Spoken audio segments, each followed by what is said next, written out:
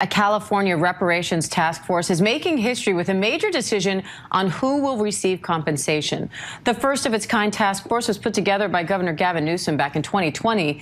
Now, after hours of testimony and debate, the group has voted 5-4 that reparations should be paid to descendants of black slaves who were living in the United States during the 19th century. Chairperson of the California Reparations Task Force, Camila Moore, joins me now with a little bit more on all of this. Camila, thank you for being here. I know that California is the only state in the U.S. to move ahead with a study and a plan for reparations like this. So how has this process been to try to figure this all out? Hi, thank you for having me. We started the California Reparations Task Force meeting in June of last year. And since June, we've held a series of virtual public hearings on a variety of topics, but starting with the transatlantic slave trade, to the institution of slavery, to more contemporary harms against African Americans in California and the United States more broadly, around predatory lending practices, environmental racism, racism in banking, tax, and labor, amongst other issues as well. And so we've had an ongoing conversation about who should be eligible for reparations, and we finally resolved that question yesterday afternoon. Now, what were some of the key issues that you faced during all these ongoing discussions and debates? Right. And so the framing around the community of eligibility to the task force was around, should it be race-based, so all Black Californians, regardless of national or even immigrant origin, or should it be lineage-based, so where you can, trace your ancestry to an enslaved or free African-American person who was living in the United States prior to the 19th century. And so there were amazing arguments on both sides. But 5 task force members decided, along with myself, that a lineage-based approach would be most apt. So, Camila, how significant do you think was, one, the creation of this task force and finally reaching this decision?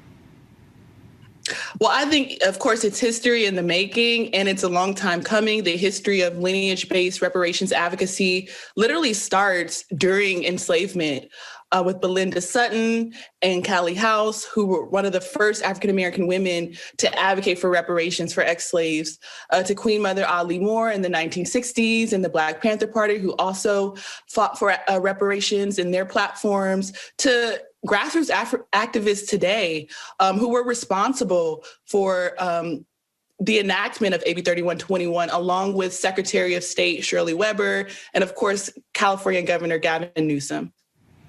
So why do you think these reparations, one, why are they necessary? And what will this compensation look like? Will these be cash payments or will it come in other forms? So the task force still has to decide what forms of compensation would look like. And we've actually hired an economic consultant team that includes Dr. Sandy Darity, William Spriggs, and other economists to help the task force crunch the numbers, essentially, in terms of what compensation could look like. And to your point about why reparations is important, we know that slaves were promised 40 acres and a mule, and that was rescinded due to discrimination.